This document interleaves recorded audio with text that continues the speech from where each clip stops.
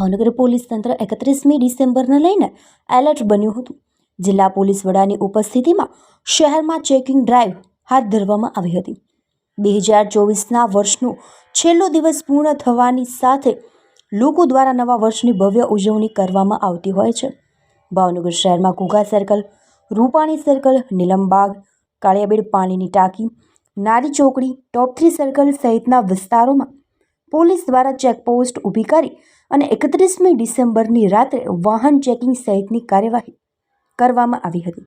શહેરમાં કોઈ અનિચ્છનીય બનાવ ન બને તેમજ કાયદો અને વ્યવસ્થા જળવાઈ રહે તેવા હેતુથી પોલીસ દ્વારા કડક કાર્યવાહી કરવામાં આવી હતી। સમગ્ર શહેરના જુદા જુદા ચેકપોસ્ટ પર જિલ્લા પોલીસ વડા doctor Harshad Patel, DySP R Singhal, LCB, SOG તેમજ તમામ ડિવિઝનના પીઆઈ, પીએસઆઈ અને પોલીસ કર્મીઓ ખાસ હાજર રહ્યા હતા।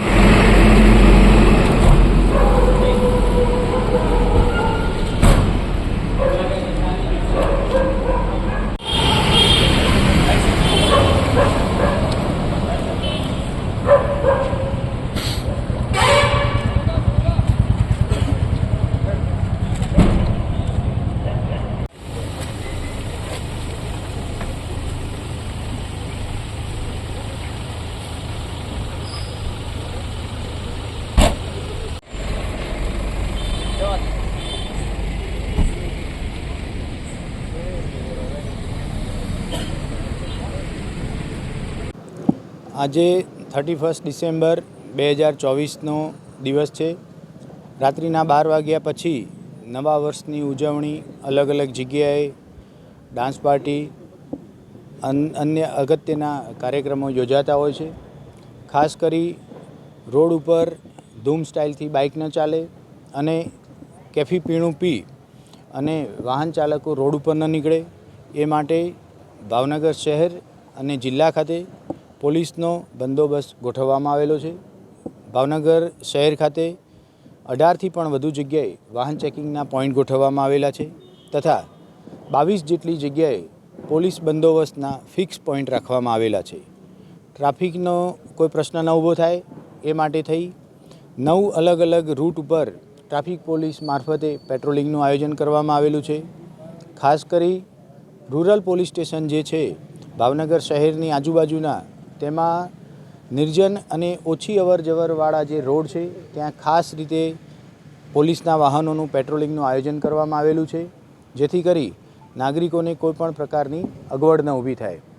આમ 31 ડિસેમ્બરની ઉજવણી ભાવનગર શહેર અને જિલ્લા ખાતે શાંતિપૂર્વક થાય, કાયદો અને વ્યવસ્થાને નડતરરૂપ કોઈ પણ સમસ્યા ન ઊભી થાય એ માટે ભાવનગર જિલ્લા પોલીસ પૂરેપૂરી તૈયારી સાથે આયોજન કરવામાં આવેલું છે।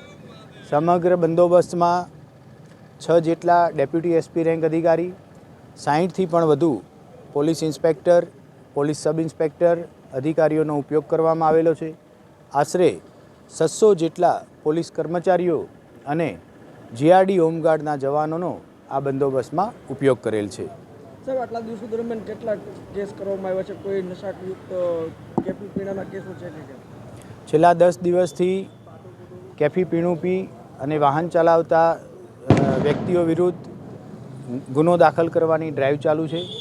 સાથે સાથે પોતાની પાસે કોઈપણ જાતના પાસ પરમિટ વગર ધોકા કે અન્ય હથિયારો રાખી અને ફરતા હોય એવા ઈસમો વિરુદ્ધ પણ ગુના દાખલ કરવાની ડ્રાઈવ ચાલુ છે।